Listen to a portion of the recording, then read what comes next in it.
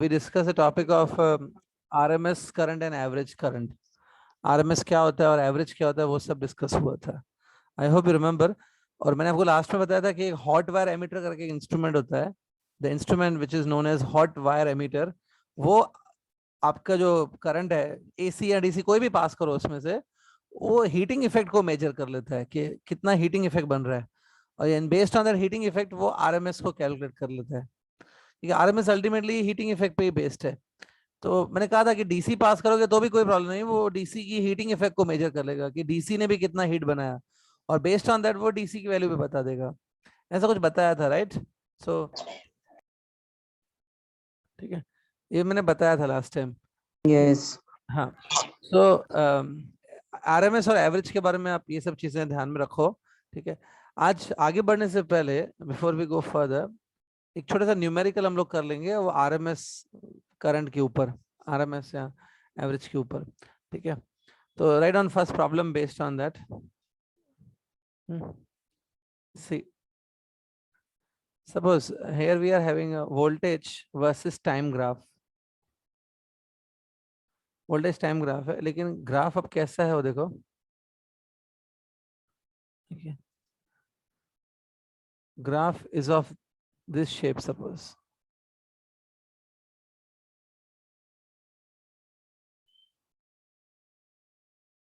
देखो ये शेप का ग्राफ है. सपोज अभी क्या है देखो, जब टाइम जीरो है ना, in the beginning time is zero, velocity voltage also zero. Y axis पे हमने वोल्टेज प्लॉट किया है, वोल्टेज आल्सो जीरो.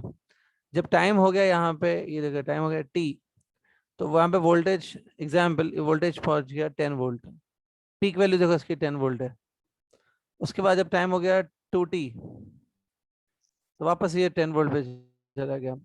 तो उसके बाद फिर से ये टाइम हो गया 3t, फिर से ये 10 वोल्ट पे चला गया. अगर आप देखोगे तो आफ्टर टी टाइम ये अपने आप को रिपीट कर रहा है. Same cycle is repeating after every T seconds. लेकिन ये आप इसको बोलोगे क्या, ये साइनोसॉइडल वोल्टेज है क्या? साइनोसॉइडल नहीं. No no. ये अभी आपको तो इतना डिटेल में नहीं है, लेकिन जो इलेक्ट्रॉनिक्स वगैरह सब्जेक्ट्स में जाते हैं, दो जो परस्यू इलेक्ट्रॉनिक, इस टाइप का वोल्टेज रहता है. इसको सॉ टूथ वेव फॉर्म कहते हैं. सॉ टूथ, वो जो आरी रहती है ना, आरी जिससे वो फर्नीचर वगैरह लकड़ी काटते हैं, आरी, उसमें भी ऐसे छोटे छोटे दांत होते हैं ना लकड़ी को काटने के लिए. वैसे ही देखो ये दांत के जैसा दिख रहा है, तो उसको सॉ टूथ कहते हैं. Saw tooth, saw tooth shape का है. अब हमको करना क्या है कि सपोज ये कुछ इस टाइप का वोल्टेज है. We have to just find out the RMS value of this voltage. Okay, इसका आरएमएस वैल्यू हमको निकालना है. सपोज ये हमारा क्वेश्चन है. ठीक है, एक बार मैं फिर से एक चीज बता देता हूँ. अगर ये साइनसॉइडल होता, साइनसॉइडल नहीं है ये फिलहाल, लेकिन अगर होता तो इसका आरएमएस वैल्यू आपको याद होगा, इट इज लाइक V0/√2 होता. V0/√2, यहाँ करंट के लिए मैंने बताया था I0/√2 बताया था, याद है? RMS current is always I0 peak value divide by √2 sinusoidal के लिए. लेकिन ये साइनसॉइडल नहीं है, दूसरी शेप है, सॉटूथ शेप का है. अगर शेप चेंज हो जाती है वोल्टेज की, ग्राफ की शेप चेंज हो गई, तो फिर आरएमएस वैल्यू भी चेंज हो जाएगी. तो अब इसकी आरएमएस वैल्यू निकाल के देखेंगे. तो करना क्या है, ध्यान से देखो. देखो आपको ये चाहिए ना RMS value of this voltage. तो उसकी फॉर्मूला ये होती है under root of integration of v² dt with a limit. Suppose पूरी साइकिल के लिए कर लेते हैं 0 to t divided by time of that full cycle t. कुछ ऐसा लग रहा है ऐसी फॉर्मूला डिस्कस की है हमने आरएमएस निकालने के लिए. मैंने कहा था ऐसी फॉर्मूला यूज होगी. मैंने खाली करंट के टर्म्स में बताई थी, इन टर्म्स ऑफ करंट मैंने बताई थी कि IRMS के लिए फॉर्मूला बताई थी. तो VRMS भी वैसे ही होता है, जैसे अल्टरनेटिंग करंट की फॉर्मूला है वैसे अल्टरनेटिंग वोल्टेज के लिए भी लगा सकते हैं. तो ये है. ठीक है, तो अभी देखो इसको सॉल्व कैसे करना है बता देता हूँ. ठीक है, ठीक है. सबसे पहले आप एक काम करो, इस लाइन को देखो. Is it a straight line not passing through origin ना? स्ट्रेट लाइन है नॉट पासिंग थ्रू ओरिजिन. तो इसकी इक्वेशन ऐसी कुछ होगी ना, y = mx. तो y कोऑर्डिनेट की जगह वोल्टेज है, मतलब अगर आप कोई भी पॉइंट का y कोऑर्डिनेट निकालोगे तो y कोऑर्डिनेट से वोल्टेज मिलेगा. m क्या होता है? स्लोप. कोई देख के बता सकता है कि ये जो लाइन है इसका स्लोप कितना है? Can you tell me directly slope of this line? 10/t. Okay, very good. इसका स्लोप 10/t है. Okay, good. सबको समझ में आ गया कि 10/t कैसे है? 10/t Yes, sir. Y1 upon X. और x की जगह पता है, अभी कुछ स्टूडेंट सोचेंगे सर x की जगह भी कैपिटल टी लिख दो। नहीं, x कोऑर्डिनेट की जगह स्मॉल टी लिखा जाता है, कैपिटल टी नहीं। मतलब x मींस कोई भी पॉइंट का x कोऑर्डिनेट लोगे तो उससे टाइम मिलेगा, लेकिन कैपिटल टी नहीं मिलेगा। It will be like generally small T लिखेंगे। तो ये मतलब ये है instantaneous voltage. Actually voltage at any time T, जो ग्राफ है ना, अकॉर्डिंग टू दिस ग्राफ, जो वोल्टेज है given in the graph, voltage at any time T is given by this relation. Okay, ये v का एक्सप्रेशन है, यही v का एक्सप्रेशन आपको यहाँ पे पुट करना है।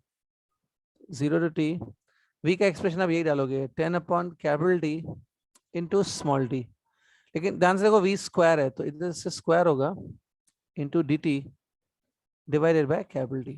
ओके, आरएमएस वैल्यू हम लोग फुल साइकिल के लिए निकाल रहे हैं। ठीक है, इसमें क्या होगा अभी आप समझ सकते हो। ये कैपिटल टी, जो कैपिटल टी स्क्वायर है वो बाहर चला जाएगा, बाहर जाने के बाद 1/t क्यूब हो जाएगा इनफैक्ट, और 100 भी बाहर जाएगा। Integration of just T square D T होगा with limits 0 to t।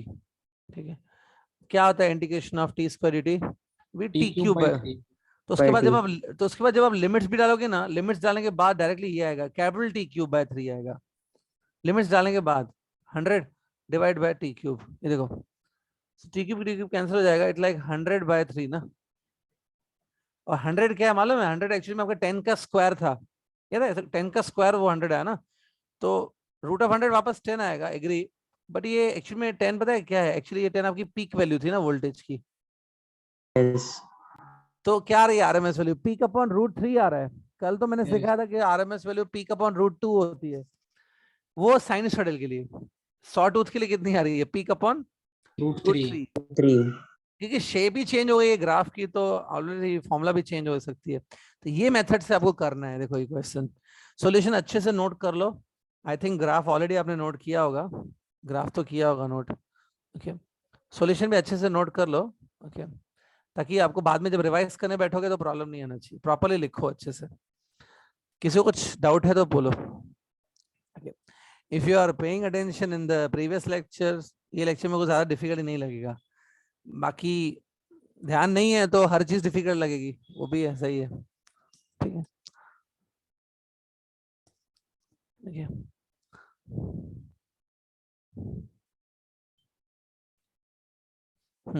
Clear, finished.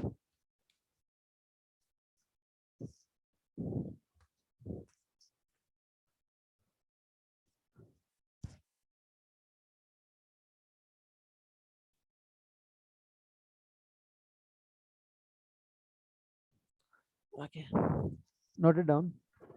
yes sir,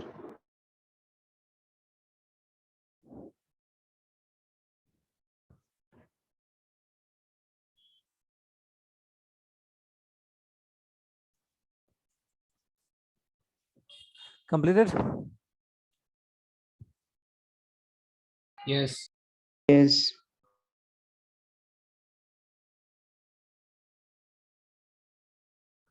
ठीक है, फिर मैं आगे बढ़ रहा हूँ student.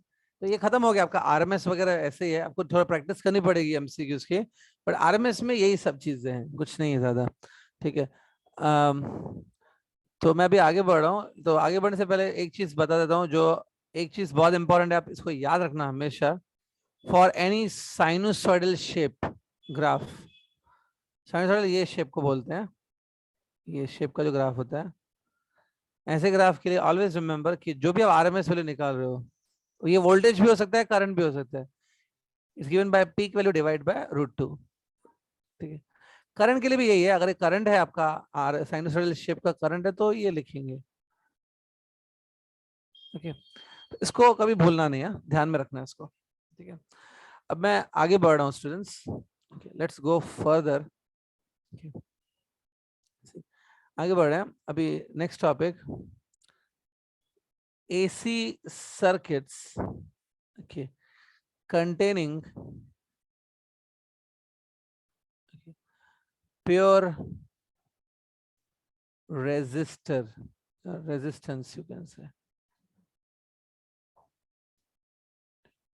AC circuit containing pure resistance। अब ये क्या है देखो, सपोज मैं एक इलेक्ट्रिकल सर्किट बना रहा हूँ, ये देखो इलेक्ट्रिकल सर्किट, जिसमें मैंने क्या किया, एक रेजिस्टेंस लगा दिया, रेजिस्टेंस आर है, ठीक है, और नीचे एक मैं बैटरी कनेक्ट करने वाला हूँ, यहाँ पे मैं अभी करने वाला हूँ बैटरी कनेक्ट। एक बार बताओ, एक रेजिस्टेंस ले लिया और नीचे एक बैटरी कनेक्ट कर दिया, ऐसे सर्किट्स आपने देखे हैं ऑलरेडी करंट इलेक्ट्रिसिटी चैप्टर में, राइट? एक रेजिस्टर, एक बैटरी। Yes. तो वो जो बैटरी आप लगाते हो, सेल, सेल भी बोलते हैं उसको, सेल या बैटरी, वो डीसी सप्लाई करता है। ओके, अभी तक आपने जो करंट इलेक्ट्रिसिटी चैप्टर में देखे ना सर्किट, जिसमें एक सेल होता है, एक रेजिस्टर लगी होती है, वो सर्किट में डीसी करंट फ्लो होता है, क्योंकि वो बैटरी भी डीसी नेचर की है।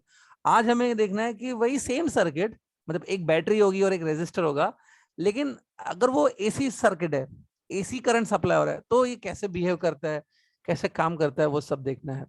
तो देखो मैंने ये कैसे करेंगे, ये देखो यहाँ पर मैं बैटरी कनेक्ट कर रहा हूँ, but this is a symbol of the battery.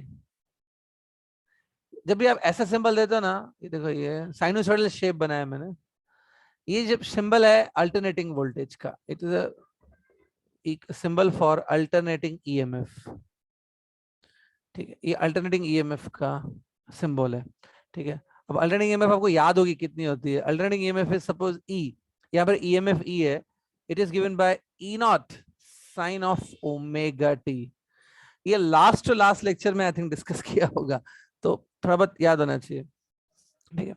तो मतलब क्या किया आपने, एक रेजिस्टर को सीधा उसके साथ कनेक्ट कर दिया, एसी सोर्स के साथ, तो ऐसे कोई प्रॉब्लम नहीं है, इसमें से करंट फ्लो होगा, ठीक है, करंट आई फ्लो हो रहा है, लेकिन क्योंकि जो ये ईएमएफ है वही अल्टरनेटिंग है, तो करंट भी अल्टरनेटिंग होता है। मतलब देखो क्या होता है, यहाँ पे ये पॉजिटिव का एक्ट करेगा और ये नेगेटिव, तो करंट ऐसे फ्लो होगा फ्रॉम पॉजिटिव टुवर्ड्स नेगेटिव। कुछ देर बाद क्या होगा पता है, रिपीटेशन होने लगेगा, मतलब कुछ देर बाद यहाँ पॉजिटिव हो जाएगा और यहाँ नेगेटिव हो जाएगा, फिर करंट ऐसे फ्लो होगा, ठीक है। तो इसलिए हम लोग प्लस माइनस साइन नहीं दे सकते, it keeps on changing, okay. तो ये अल्टरनेटिंग ईएमएफ है, डायग्राम क्लियर है? सो आगे बढ़ते हैं, करंट फ्लो हो रहा है आपके सर्किट में। अब होता क्या है, देखो यहाँ पे भी आप ओम्स लॉ लगा सकते हो, even though it is AC circuit, you can apply Ohm's law, okay. By Ohm's law, I can say this way: current flowing in the resistor is equal to voltage across the resistor divided by resistance. I equal to V by R. ठीक है, देखो ये Ohm's law है, आपको मालूम है, लेकिन यहाँ पे मैंने कैसे अप्लाई कर रहा हूँ, देखो I is a current at any particular time, V is a voltage across the resistance at that time and divided by resistor, ठीक है। तो मैंने ये ओम्स लॉ लगाया रेजिस्टर के ऊपर, देखिए। अब एक बात बताओ, रेजिस्टर के ऊपर कभी भी किसी भी पॉइंट पे पता है वोल्टेज कितना होगा, how much will be voltage across resistor, the voltage across this resistor at any time will be E, जितना ईएमएफ है, ठीक है। अप्लाइड वोल्टेज कितना है, अप्लाइड ईएमएफ कितनी है, ई, तो अक्रॉस रेजिस्टर आल्सो ई रहेगा वोल्टेज, ठीक है। तो voltage across resistor will be E at any time, E divide by R करके आपको आई मिल जाएगा, ठीक है। मैं एक्चुअली में कर क्या रहा हूँ, मैं बता रहा हूँ मुझे करना क्या है अल्टीमेटली। एक तो हम लोग ये सर्किट की स्टडी कर रहे हैं कि कैसे काम करता है, दूसरा मेरा मेन काम क्या है कि सपोज अल्टरनेटिंग ईएमएफ गिवन है, फॉर्मूला ऑफ ईएमएफ गिवन है, मुझे देखना है करंट की फॉर्मूला क्या होती है, हाउ करंट वेरीज, क्या करंट भी अल्टरनेटिंग है कि नहीं है वो देखना है। तो EMF is given, I want to find out the current, that is my intention. तो ये I equal to E by R, जिनको लग रहा है नहीं समझाइए तो एक बात है, आपने ये फॉर्मूला भी देखी है, total EMF by total resistance gives you current in the circuit ना, total EMF by total resistance gives you current in the circuit, तो वही है I equal to E by R, okay। अब देखो E को क्या लिखेंगे, देखो EMF at any particular time t, EMF at time t can be written as E naught sin omega t, ये E की फॉर्मूला है, okay। This is a EMF at time t, तो current is given by this formula, ठीक है। current is equal to E0 by R into sin of omega t, बराबर। तो एक बात बताओ, इस इक्वेशन को देख के क्या मैं ऐसा बोल सकता हूँ कि करंट भी टाइम डिपेंडेंट है कि करंट कांस्टेंट है, do not depend on time, current will change with time और will not change with time. ये देखो ना, ये देखो ये, हाँ, तो डिपेंडेंट है, करंट की फॉर्मूला में भी टाइम आ रहा है ना, तो it's depending on time, okay okay. अब एक बात, ये जो ये फॉर्मूला आपको जो दिख रही है, it is a formula for current, okay. I can say that in this formula, when this term sin omega t, sign omega T can be maximum 1 ना, 1 हो सकता है मैक्सिमम। जब साइन ओमेगा टी 1 हो जाएगा मतलब वो मैक्सिमम हो गया, इट इज अ मैक्सिमम। उस टाइम पे करंट भी अपने कहां पे पहुंच जाएगा, करंट अपने मैक्स पे पहुंच जाएगा, दैट इज आई जीरो। ठीक है, करंट मैक्सिमम कब होगा, जब साइन टर्म कितना हो जाएगा 1। ओके, तो काम करो, इस इक्वेशन में साइन के टर्म को 1 पुट कर दो, तो बाकी बचेगा क्या, अगर साइन को 1 पुट करोगे तो E zero E by, 0 by R. 0 by R. तो ये करंट की मैक्सिमम वैल्यू हुई ना, जब साइन 1 हो Yes. गया मतलब, हाँ, तो यही है आपका आई जीरो। तो E zero by R is actually I zero. Okay, तो मैं ई जीरो बाय आर की जगह आई जीरो लिख सकता हूँ, ये चीज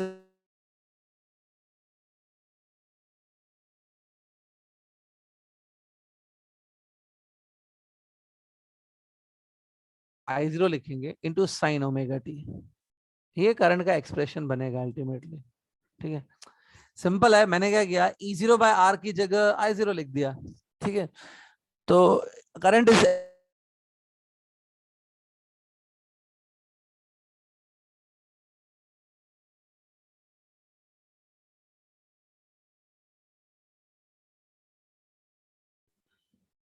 तो एक ईएमएफ अप्लाइड की फॉर्मूला है और एक करंट की फॉर्मूला है, बराबर।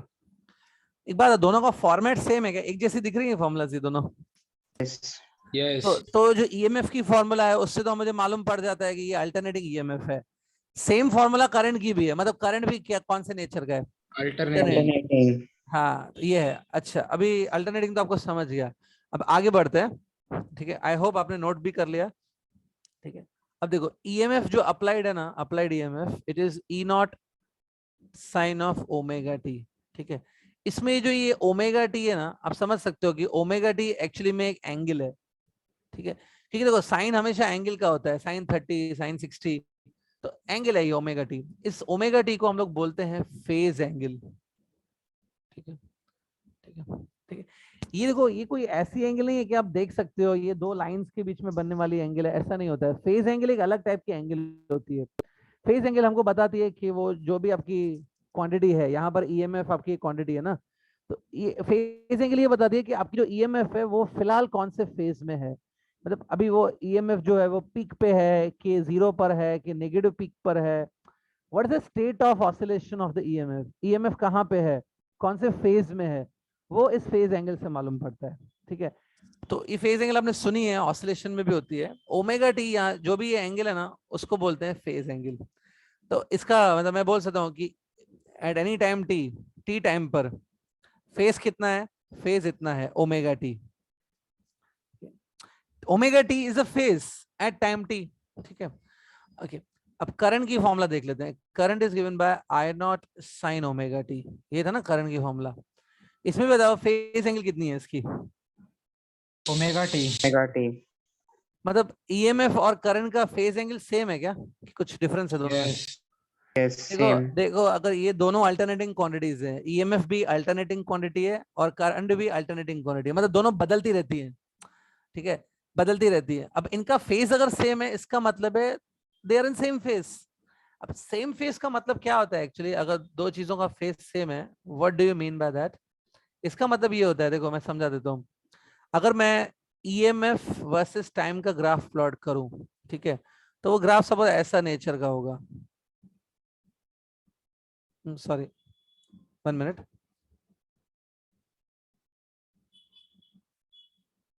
बराबर, ठीक है, तो इसमें ये आपका ये जो है ये E0 है। ओके, अब यहीं पे अगर मैं करंट का भी ग्राफ प्लॉट करूं on the same page, if I plot current also, ठीक है, तो करंट का ग्राफ ही साइनसॉइडल होने वाला है, लेकिन वो सेम फेज में है। सेम फेज मतलब फिर कुछ ऐसा होगा, 1 सेकेंड, सेम फेज मतलब करंट का ग्राफ कुछ ऐसा होगा।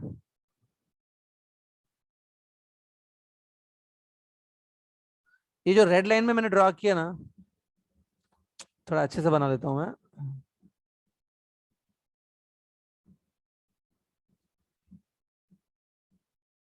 जो रेड मैंने ड्रॉ किया ना, दिख रहा है, वो सपोज करंट का ग्राफ है, it's a graph of current. ये करंट की पीक वैल्यू है। ठीक है, ठीक है, तो बात है, इस ग्राफ को अब देख के अब क्या बोलोगे, इसको ऐसे देख के बोल सकता हूँ कि जैसे जैसे ई चेंज हो रहा है, एकदम सेम मैनर में आई भी चेंज हो रहा है। Yes. जब ई अपने पीक पर पहुंच जाएगा उसी टाइम पर, exactly at same time, current भी अपने पीक पे पहुंच गया। और जब ई जीरो हो गया एग्जैक्ट उसी टाइम पे करंट भी जीरो हो गया। जब ई नेगेटिव पीक पे चला गया तो एग्जैक्टली उस टाइम पे करंट भी अपने नेगेटिव पीक पे चला गया। ये राइट है क्या जो बोल रहा हूं मैं? Yes. तो इसी को बोलते हैं सेम फेज। जब दो ऑसिलेशन सेम फेज में होती है ना, या दो अल्टरनेटिंग क्वांटिटी का फेज सेम है, इसका मतलब दोनों एक साथ बढ़ेंगी, एक साथ पीक पे पहुंचेगी, एक साथ नीचे गिरेंगी, एक साथ नेगेटिव पीक पे जाएंगी। This is the meaning of same phase. तो मैंने कंक्लूजन हम लोग क्या निकाल सकते हैं?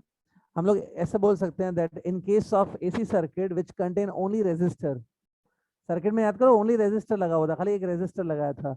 ऐसे सिंपल सर्किट्स में जो अल्टरनेटिंग करंट है और जो अल्टरनेटिंग ईएमएफ तुमने लगाया, वो दोनों अल्टरनेटिंग ईएमएफ और अल्टरनेटिंग करंट दोनों सेम फेज में होते हैं। ठीक है, एक इंपॉर्टेंट सेंटेंस बता रहा हूं, अब लिख लो अपने नोटबुक में। ऐसे लिखो, in case of AC circuit containing only resistor, in case of AC circuit containing only resistor, the EMF and resistor, EMF and current both are in the same phase. EMF and current both are in the same phase. फिर यहाँ पर आई not का value कम क्यों है? अगर ई not का नहीं value नहीं, ज्यादा भी हो सकता है। नहीं नहीं, वो ऐसे मैंने बनाने के लिए बनाया। आई नॉट का वैल्यू ज्यादा भी हो सकता है, ई नॉट का भी ज्यादा हो सकता है। Anybody can be greater, but दोनों में रिलेशन इतना ही है कि जो आई नॉट है ना, वो ई नॉट अपॉन आर था, याद है? ये मैंने यूज किया था इक्वेशन। तो रिलेशन दोनों में ये है। ठीक है, ठीक है, okay, I hope it's clear. Graph बना लो, ग्राफ बनाओ। हाँ बोलो। सर स्टेटमेंट जरा रिपीट करो ना वो। हाँ लिख लो, in case of AC circuit, in the case of AC circuit containing only resistor,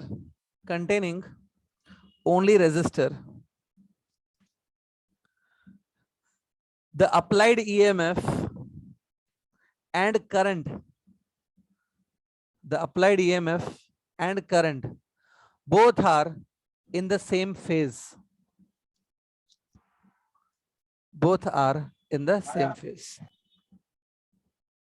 सबको समझा है?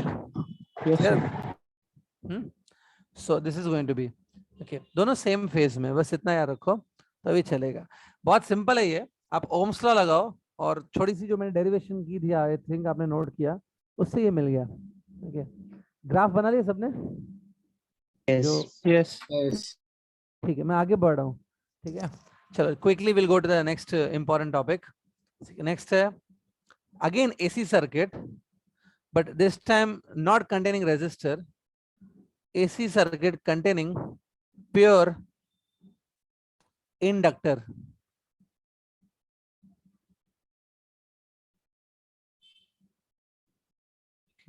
अभी इंडक्टर क्या चीज होती है, शायद सुना है आपने, कहीं सुना सुना लग रहा होगा कि इंडक्टर सुना सुना लग रहा है थोड़ा।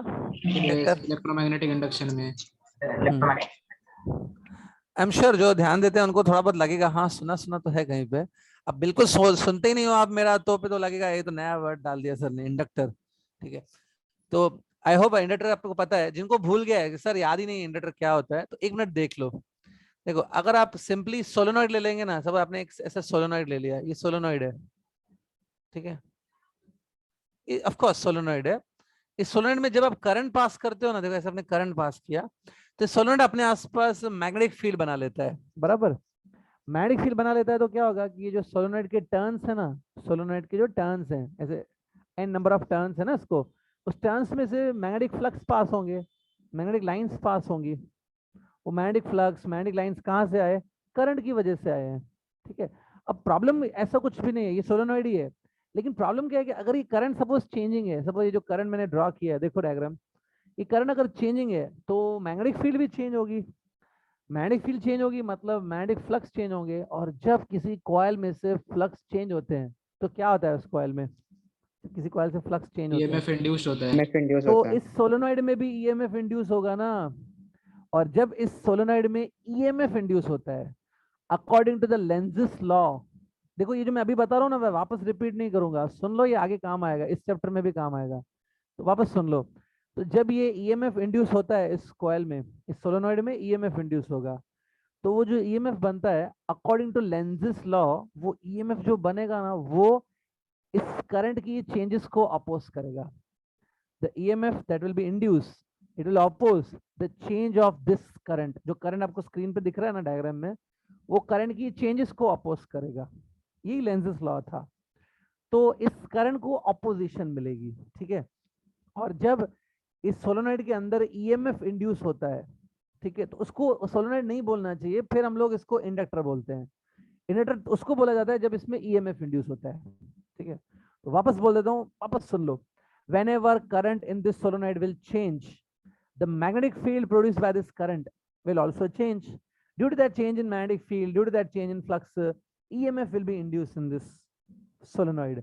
That is called as a self induction, I think. उसको self induction बोलते हैं। और उसकी वजह से जो ईएमएफ बनेगी, वो ईएमएफ इस करंट की चेंज को ही अपोज करती रहेगी। That is self induction. और उसके बाद हम लोग इसको इंडक्टर बोलेंगे, इसको और कुछ नहीं बोलना चाहिए, ठीक है। ठीक है, क्लियर, याद आ गया सब? हाँ, चलो आगे बढ़ते हैं। अब प्लीज स्क्रीन पे देखो, ये इंडक्टर तो समझ में आ गया कि इस सोलेनॉइड को हम लोग इंडक्टर बोल रहे हैं, लेकिन ये प्योर इंडक्टर क्या चीज है? प्योर क्यों लिख रहे हैं सर? प्योर मैं समझा देता हूँ, प्योर क्यों बोला गया है। एक बात बताओ, ये जो सोलेनॉइड है आपका, ये किसी मेटल वायर को बेंड करके बनाया होगा ना, वायर को ही बेंड करके बनाते हैं। सोचो मैंने इसको, हाँ सोचो मैंने इसको वायर को ओपन करके सीधा कर दिया, इस वायर को, ठीक है, और फिर इसमें से करंट पास किया, ठीक है। ओपन करके सीधा कर दिया तो फिर करंट पास किया।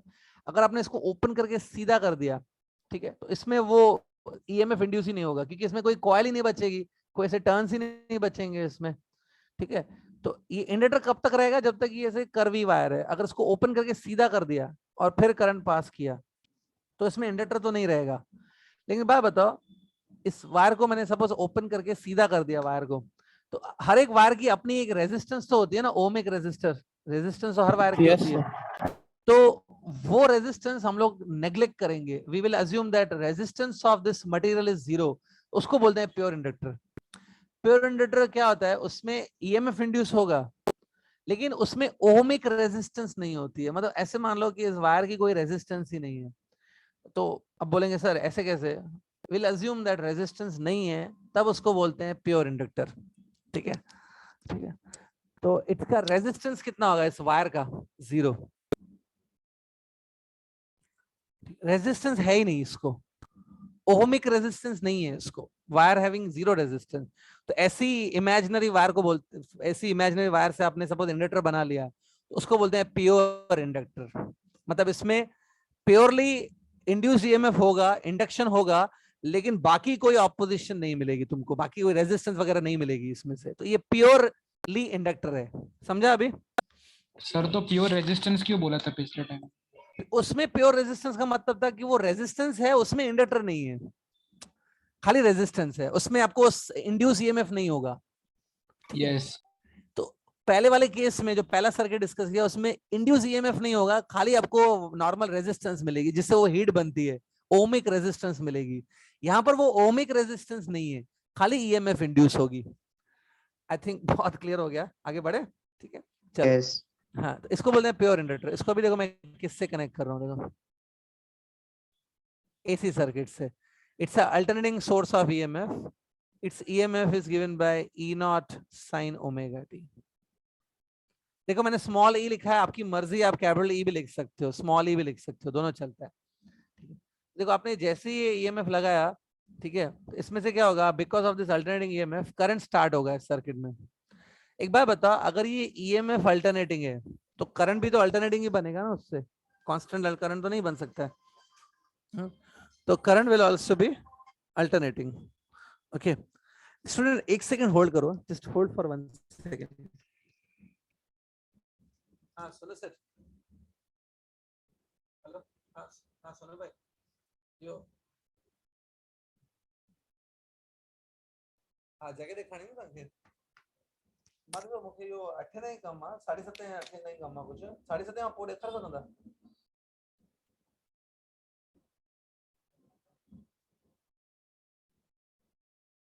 हाँ सोफाइन में, सोफाइन सोफा ही रहते हैं ना नैनो में सत्यसाई स्कूल है सामने ना। अच्छा बीबी खुले अच्छा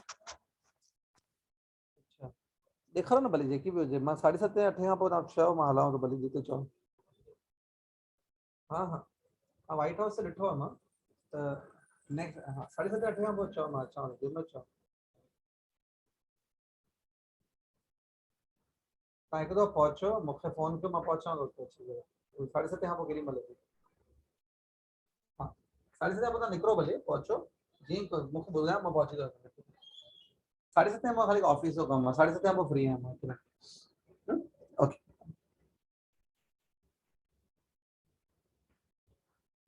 या hello sorry for interruption okay आगे बढ़े हाँ सो आवाज सुनाई दे रहा है यस सर Yes. तो मैं ये बोल रहा था कि करंट भी अल्टरनेटिंग नेचर का होगा क्योंकि आपका ईएमएफ ही अल्टरनेटिंग है तो सोचिए करंट बार बार चेंज होगा अब देखो जब ये करंट पास होगा ना इंडक्टर से तो इंडक्टर के आसपास मैग्नेटिक फील्ड बनेगी देखो मैग्नेटिक लाइंस बनेगी ऐसे ये करंट की वजह से बनती है ठीक है ऐसे मैग्नेटिक लाइंस है ये प्रॉब्लम क्या है कि ये करंट ही चेंजिंग होगा क्योंकि आपका ईएमएफ ही चेंजिंग नेचर का है तो करंट भी चेंज ही होता है फिर उससे अल्ट के तो क्योंकि करंट चेंज होगा तो ये फ्लक्स भी चेंज होंगे जैसे फ्लक्स चेंज होंगे तो इसमें ईएमएफ इंड्यूस होगा ना ओके तो इस सोलेनॉइड में या इस इंडक्टर में क्या होगा ईएमएफ इंड्यूस होगा अब जिनको याद है the EMF which is induce in the inductor ना that EMF is given by -L di by dt याद करो ये पर करा है ये मैं चैप्टर में यस ईएमएफ इंड्यूस होगा ना it is given by -L di by dt किसी को याद है ये L क्या है फिर इसमें coefficient of self induction coefficient of self induction ठीक है आपको मैंने कहा था कि जो L है ना वो इस कॉइल की इस सोलेनॉइड की ज्योमेट्री पे डिपेंड करता है ठीक है तो इस सोलेनॉइड में जो सोलेनॉइड दिख रही है आपको डायग्राम में सोलेनॉइड में कितने टर्न्स हैं कितना एरिया ऑफ क्रॉस सेक्शन है उस सब geometrical property number of turns कितने हैं लेंथ कितना है ज्योमेट्रिकल प्रॉपर्टीज पे L डिपेंड करता है तो हर इंडक्टर का अपना अपना एक L रहता है तो ये ईएमएफ इंड्यूस होगा अब मैंने आपको क्या बताया कि जो ये ईएमएफ इंड्यूस होती है वो इस करंट की चेंजेस को अपोज करती है according to the Lenz's law only तो क्योंकि ये जो इंड्यूस ईएमएफ है ना ये आपको ऑपोजिशन देगी जो ईएमएफ इंड्यूस हुई है ना it will give you opposition to the change of current इसलिए खाली क्योंकि ऑपोजिशन देती है इसलिए इसका कभी कभी नाम रखा जाता है बैक ईएमएफ ठीक है देखो यहाँ पे भी दो ईएमएफ हो गई एक अप्लाइड ईएमएफ जो अल्टरनेटिंग नेचर की है और दूसरी बैक ईएमएफ जो आपको अपोजिशन देगी तो अपोजिशन वाली को बैक ईएमएफ कहते हैं ठीक है तो इसमें एक बैक ईएमएफ बनेगी और वापस बोल देता हूँ ये जो बैक ईएमएफ है या इंड्यूस ईएमएफ है वो अपोजिशन देगी किसको चेंजिंग इन करंट को ठीक है तो करंट को है ना करंट को ये वाली ऑपोजिशन मिलेगी कि इंड्यूस ईएमएफ उसको ऑपोजिशन देगी ये ऑपोजिशन आपको मिल रही है लेकिन वो रेजिस्टेंस इन द वायर नहीं है रेजिस्टेंस भी ऑपोजिशन होता है ना तो वो ऑपोजिशन नहीं है जो रेजिस्टेंस देती है you are not getting an opposition in the form of resistance but you are getting opposition in the form of back EMF समझा तो क्या मैं ऐसा बोल सकता हूँ यहाँ पे करंट को कोई ऑपोजिशन नहीं है क्योंकि रेजिस्टेंस ऑफ द वायर 0 है ऐसा बोल सकता हूँ क्या नो नहीं करंट को ऑपोजिशन मिल रहा है but not in the form of resistor it is in the form of back EMF okay आगे बढ़े ठीक है अब देखो बैक EMF तुमने बता दिया कि बैक EMF इतना बनेगा ठीक है अब होता क्या है कि ये जो बैक EMF है ना कितना बोला मैंने L di by dt बताया मैंने ठीक है कितना ये back EMF L di by dt okay -L di by dt भी बोल सकते हो ये बैक EMF है और दूसरा अप्लाइड EMF है वो देखो मैं इसको ऐसे लिखता हूँ E अप्लाइड ठीक है दोनों EMF का सम कर दो E applied plus E back यहाँ पे मैं लिख देता हूँ E अप्लाइड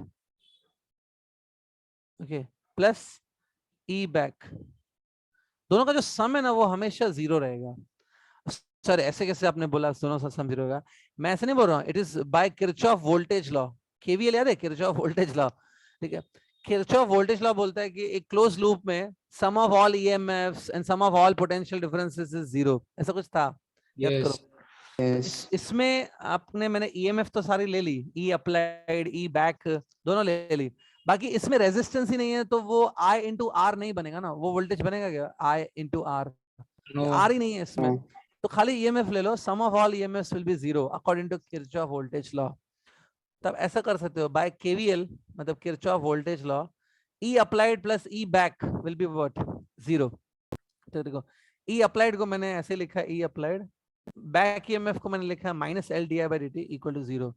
तो इससे आपको एक आएगा कि हमेशा ये जो अप्लाइड ईएमएफ होता है ना वो इसकी इक्वल है L d i by d T के। अप्लाइड ईएमएफ और बैक ईएमएफ क्या है, दोनों इक्वल। दिखाइए, समझा?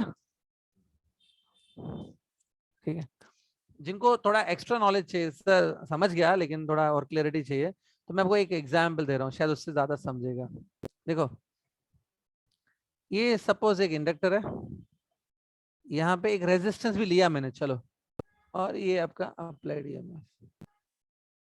ओके, ठीक है,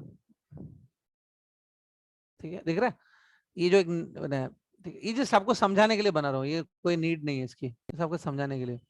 इसमें अगर मैं केवीएल लगाऊंगा ना, पता है मैं क्या लिखूंगा? अगर मैंने इसमें केवीएल लगाया तो मैं लिखूंगा E plus E back minus I R equal to 0। आई बात समझ में? यस लेकिन हमारे केस में ये आर है ही नहीं, आर तो है ही नहीं रेजिस्टेंस, क्योंकि ये प्योर इंडक्टर है, तो ये चला गया, ऐसा हो गया। देखो आई थिंक अब क्लियर है। सर। बोलो। तो इधर ई नॉट ई अप्लाइड जो है वो ई नॉट साइन ओमेगा टी के इक्वल है। हाँ हाँ, ई अप्लाइड उसी को बोला मैंने जो आपने अप्लाई किया है वोल्टेज। तो हाँ ओके। अभी देखो नेक्स्ट अगर स्टेप में दोनों मैं लिख इक्वल रहा हो हूँ। तब करंट फ्लो कैसे होगा दोनों से? नहीं, दोनों इक्वल की बात कैसे है? देखो इक्वल तो रहेंगे दोनों, लेकिन अभी आप बोल रहे करंट कैसे फ्लो होगा। देखो क्या है, जो ईएमएफ इंड्यूस है वो तो रिएक्शन है अप्लाइड ईएमएफ का। आपने पहले अप्लाई ईएमएफ किया, उसकी वजह से वो इंड्यूस हुआ है उसमें।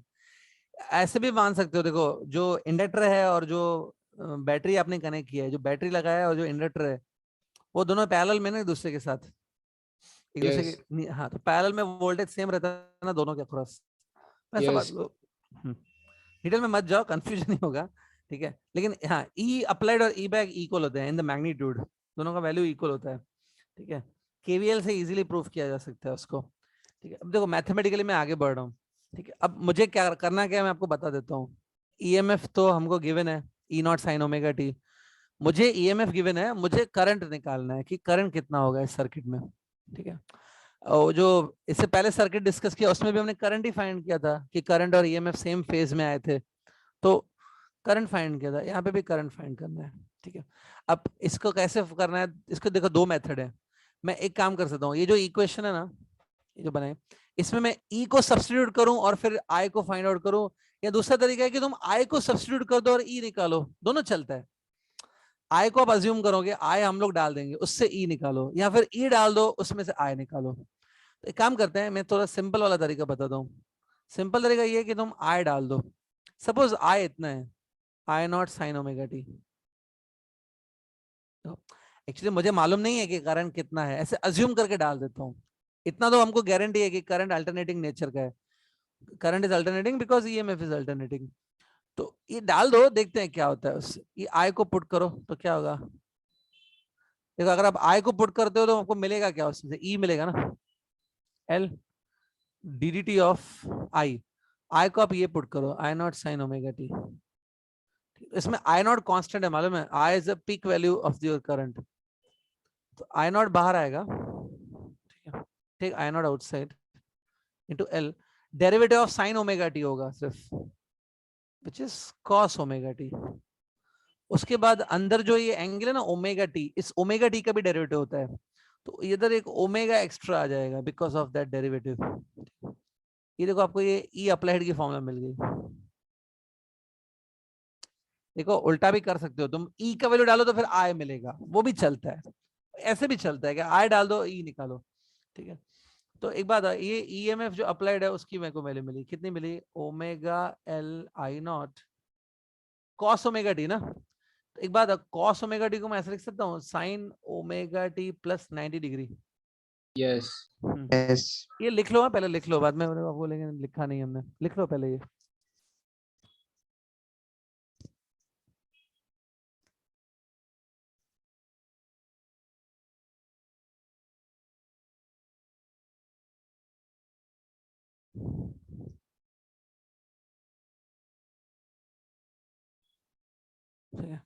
हाँ, तो देखो अभी बात क्या हुई है मैं दिखा देता हूँ। आपने देखो यहाँ पे आपने अज्यूम किया कि जो आई है ना, I is equal to I naught sine omega t, आपने ये अज्यूम किया था।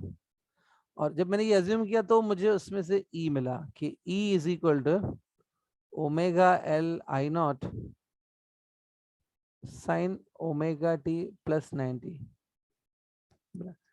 ठीक है, एक बात है, ये जो आई को देखो पहले आप, इसका फेस कितना है? फेस है ओमेगा टी, फेस एंगल।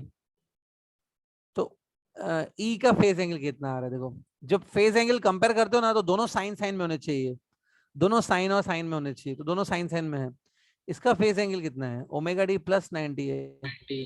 तो आप बोलोगे क्या ई और आई दोनों जो अप्लाइड ईएमएफ है और जो करंट है दोनों अल्टरनेटिंग है, दोनों सेम फेज में है क्या?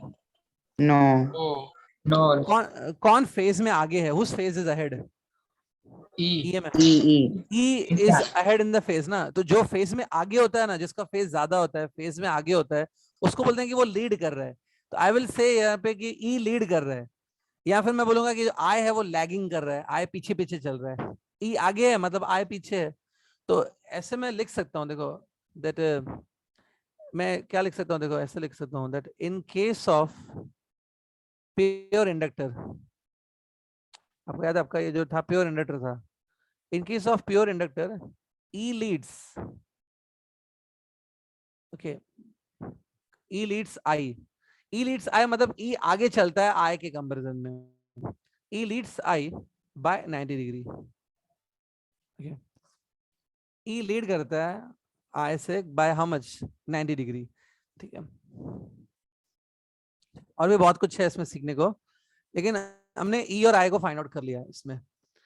अब देखो चलो ई के एक्सप्रेशन पे वापस आ जाते हैं। आपको ई की एक्सप्रेशन एक्चुअली में ऐसे मिली थी, omega L I not okay cos omega D, actually में ये मिला था आपको। ठीक है, फिर हमने कॉस को ऐसे लिखा साइन ओमेगा डी प्लस 90 करके लिखा, this is the value of E U got.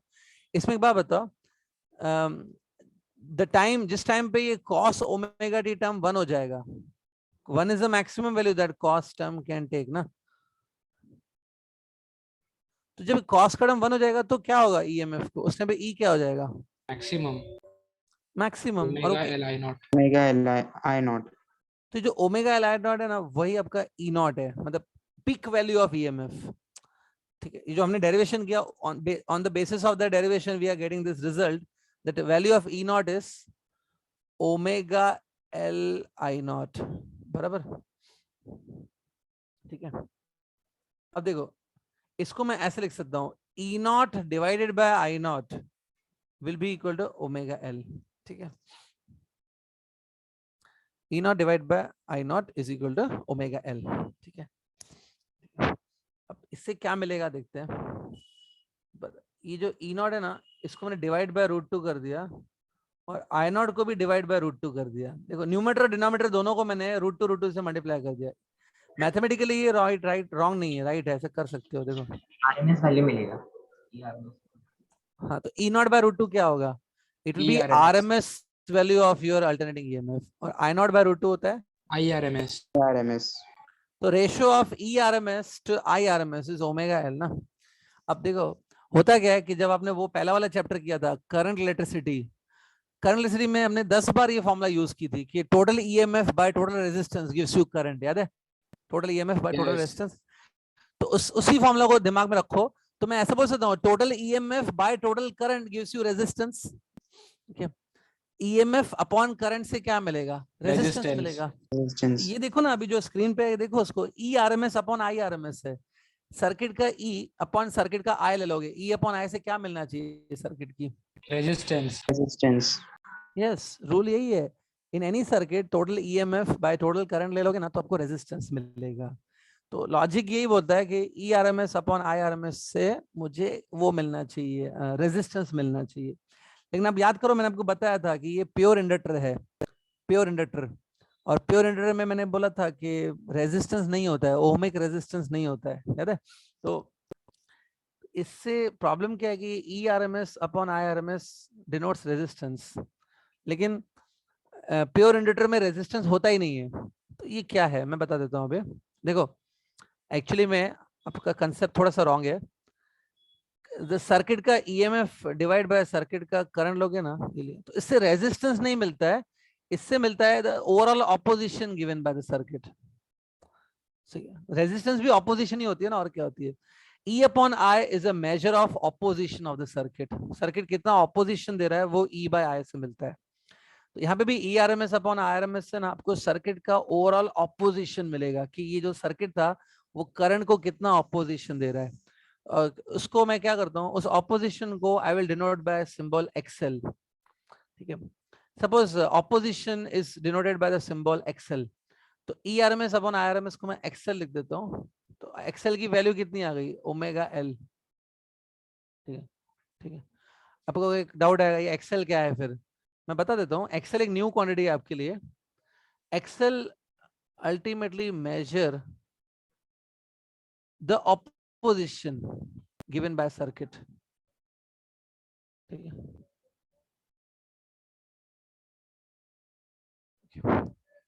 Okay. तो एक बार बताओ, हमारा वो जो सर्किट है प्योर इंडक्टर है, प्योर इंडक्टर कुछ ऑपोजिशन देता है क्या करंट को, कि नहीं देता है प्योर इंडक्टर? देता है। देता है। ये मैंने पहले बताई थी, मैंने कहा था according to Lenz's law pure inductor opposites the change of current. तो वो जो ऑपोजिशन है ना, जो लेंज़ेस लॉ के अकॉर्डिंग मिलती है, वो opposition is measured bye XL। XL measures that opposition. ठीक है, कंफ्यूजन हो रहा है, काफी नई नई चीजें आ रही है। देखो सिंपल कर देता हूँ। नॉर्मली कोई भी जो सर्किट होता है ना, जो आपने करंट इलेक्ट्रिसिटी में पढ़ा है, उस सर्किट में भी the total EMF of a circuit divide by total current in the circuit will always gives you the opposition of the circuit. यहाँ पर भी वही रूल है, total EMF upon total current will always measures the opposition of the circuit, but that opposition I am denoting by XL symbol.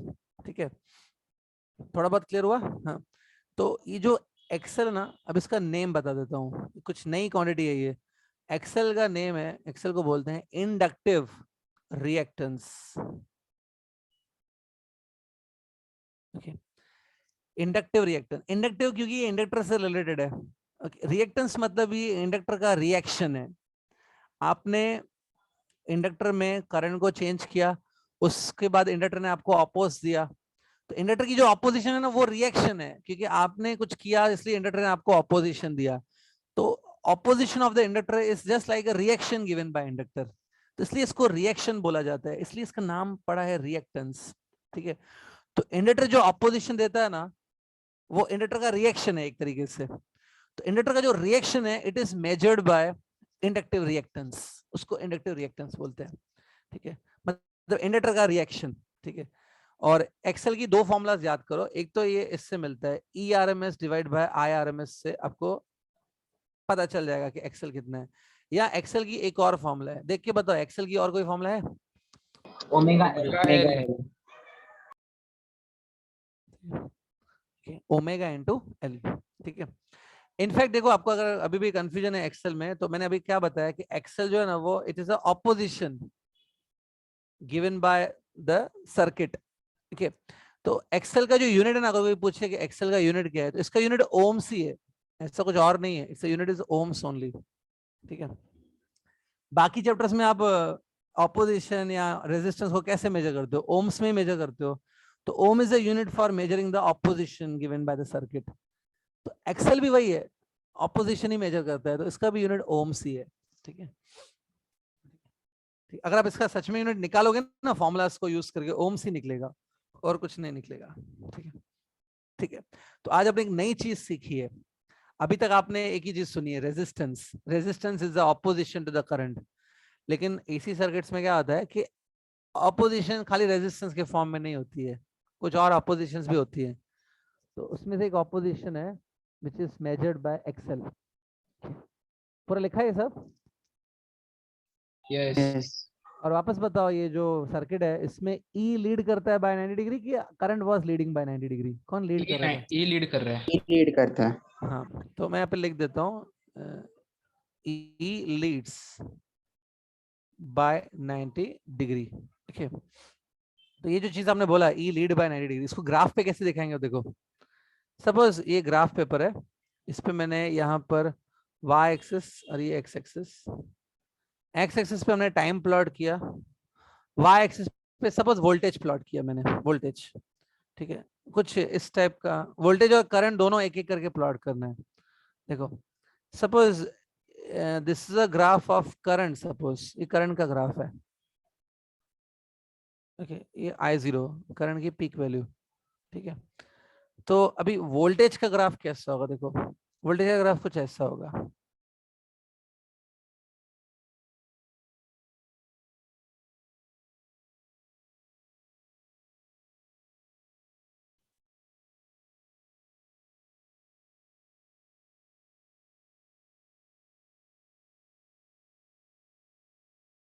देखो ये जो दूसरा red colour में दिख रहा है वो ईएमएफ का ग्राफ है, अप्लाइड ईएमएफ, जो आपने ईएमएफ अप्लाई किया था वो, ठीक है। अब देखो ये कैसे समझ में आया आपको, हाँ के आपको क्लियरली आपको दिख रहा है कि जो आई का ग्राफ है वो साइनोसॉइडल शेप का है, साइन शेप का है, साइन कर्व है, और जो ई का ग्राफ है वो कोसाइन शेप का है, क्या कोसाइन कर्व? Yes. Yes. वो मालूम है कोसाइन ऊपर से स्टार्ट होता है और ये बाद में नीचे गिरता है। तो देखो ई का ग्राफ कोसाइन शेप का आएगा और आई का ग्राफ साइन शेप का आएगा। देखो जब एक चीज, जब ई लीड्स बाय 90 डिग्री ना, तो ग्राफ ऐसा दिखेगा। अब पता कैसे चलेगा कि ई लीड कर रहा है कि आई लीड कर रहा है? ग्राफ को देख के देखो, जो लीड करता है ना वो पीक पर पहले पहुंचता है, वो पीक पे पहले पहुंचता है। तो इसमें देखो आपको देखोगे तो करंट जो है वो अभी यहाँ पर पीक पे पहुंचा है, at this point current reaches to peak. लेकिन ईएमएफ तो जो स्टार्ट ही पीक से हुआ है ना ईएमएफ का, तो Yes. पीक पे पहले कौन पहुंचा है? ईएमएफ। EMF. जो लीड करता है ना बेटा वो पहले पीएम, वो अल्टरनेटिंग क्वांटिटी जो लीड करती है वो पहले पीक पे पहुंचती है, या वो स्टार्ट ही पीक से होगी मे बी। जो पीक से स्टार्ट होता है वो लीड करता है, ठीक है, और जो लैग करता है वो बाद में पीक पे पहुंचता है, ठीक है, क्लियर? तो ऐसा ग्राफ होगा। इसमें हम लोग ऐसे बोल सकते होंगे कि जब ई मैक्स पे पहुंचता है तब आई भी मैक्स पे पहुंचता है, जब ई मिनिमम पे पहुंचता है तो आई भी मिनिमम पे पहुंचता है, ऐसा है क्या? No. नहीं, No. वो तब होता है जब दोनों सेम फेज में होते हैं, राइट? ओके, यहाँ पर ई लीड कर रहा है और आई लैग कर रहा है। इसमें एक चीज आप देख सकते हो, 90 डिग्री का फेज डिफरेंस है दोनों में, ई लीड्स बाय 90 डिग्री। तो इसमें होता क्या है कि जब एक पीक पे पहुंचता है ना, दूसरा जीरो पे पहुंच रहा है, देखो, और जब ई जीरो पे पहुंच रहा है तो आई पीक पे पहुंच रहा है, बराबर ना? तो एक पीक पे है तो दूसरा उस टाइम पे देखो जीरो पे है, ठीक है। ये होता है फेज डिफरेंस ऑफ 90 डिग्री। तो फेज डिफरेंस 90 डिग्री का होता है ना, तो एक 90 पे होता है तो दूसरा जीरो पे होता है, एक पीक पे होता है तो दूसरा जीरो पे होता है। That is the meaning of phase difference of 90 degree. आई बात समझ में? Yes. हाँ, तो देखो इसको मेक इट क्लियर, ठीक है, ठीक है। अब देखो कोई नया टॉपिक स्टार्ट करने का टाइम नहीं है, जो नेक्स्ट डेरिवेशन में नहीं कर रहा हूँ, एक छोटा सा न्यू टॉपिक समझा देता हूँ। न्यू टॉपिक है बट बहुत इंपॉर्टेंट है, बहुत काम आएगा, फेजर डायग्राम। नेक्स्ट डेरिवेशन में स्टार्ट नहीं कर रहा हूँ, इन प्लेस ऑफ दैट मैं छोटा सा टॉपिक समझा देता हूँ, फेजर डायग्राम्स, ठीक है, ठीक है। फेजर डायग्राम क्या होते हैं? देखो in this chapter you are dealing with alternating quantities ना, अल्टरनेटिंग क्वांटिटी के साथ आप डील कर रहे हो, ईएमएफ, करंट, ये सब अल्टरनेटिंग क्वांटिटी थी। अल्टरनेटिंग क्वांटिटी बहुत ही ज्यादा ट्रबल होती है उनको, क्योंकि वो बार बार बदलती रहती है ना, करें क्या, उसको रुकती नहीं है। देखो ये सपोज आपका ईएमएफ है, ठीक है, E1, चलो एक और ईएमएफ ही बना लेते हैं, सपोज ये भी एक ईएमएफ है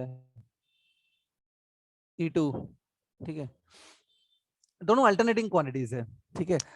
प्रॉब्लम क्या होता है, ये क्वांटिटीज बार बार बदलती रहती है। तो अगर मैं आपको बोलूं कि चलो E1 और E2 को ऐड करो, बहुत ही आपके लिए मुश्किल हो जाएगा, आप आंसर बता ही नहीं पाओगे, क्योंकि E1 भी कंटिन्यूसली चेंज हो रहा है और E2 भी कंटिन्यूसली क्या हो रहा है, चेंज हो रहा है।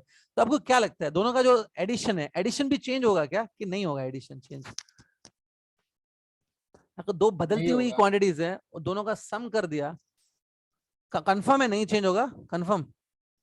Yes. अच्छा ठीक है, एक काम करो, इधर देखो डायग्राम देख, ये 10 वोल्ट लिखा है सपोज और ये 0 वोल्ट है, ठीक है। यहाँ पर टाइम 0 हुआ है और यहाँ पर टाइम हुआ है 5 सेकेंड्स। एक्स एक्सिस पे मैंने टाइम प्लॉट किया, ठीक है, और जब टाइम 5 सेकेंड हुआ है ना, इधर ये सब लिखा हुआ है 7 वोल्ट, ठीक है। ये थोड़ा छोटा छोटा लिखा है, दिख रहा है सब, 10 वोल्ट, 7 वोल्ट, 0 वोल्ट, 0, 5। हाँ, तो प्लीज मुझे एक बात बताओ, ये एक ग्राफ E1 का है और दूसरा ग्राफ E2 का है। टाइम 0 पे, व्हेन टाइम इज 0, कितना है E1 E2 का सम कितना होगा? How much is E1 and how much is E2? अब देखो खुद 10 volt कितना track 10 volt I 10 think it will volt. Be हाँ I think it will be 10 + 0 तो 10 बोल रहे हो इसलिए बराबर ओके Yes. अब t को 5 सेकंड्स पे बताओ दोनों का सम कितना है t को 5 सेकंड पे 14. ठीक है 5 सेकंड पे पता है E1 भी 7 है और E2 भी 7 है ना 14 हुआ तो तुम लोग बोल रहे थे ना कि सम तो कांस्टेंट रहेगा कहां से कांस्टेंट रहा ये तो चेंज हो रहा है कांस्टेंट नहीं रहता है बेटा चेंज होता है ठीक है Yes.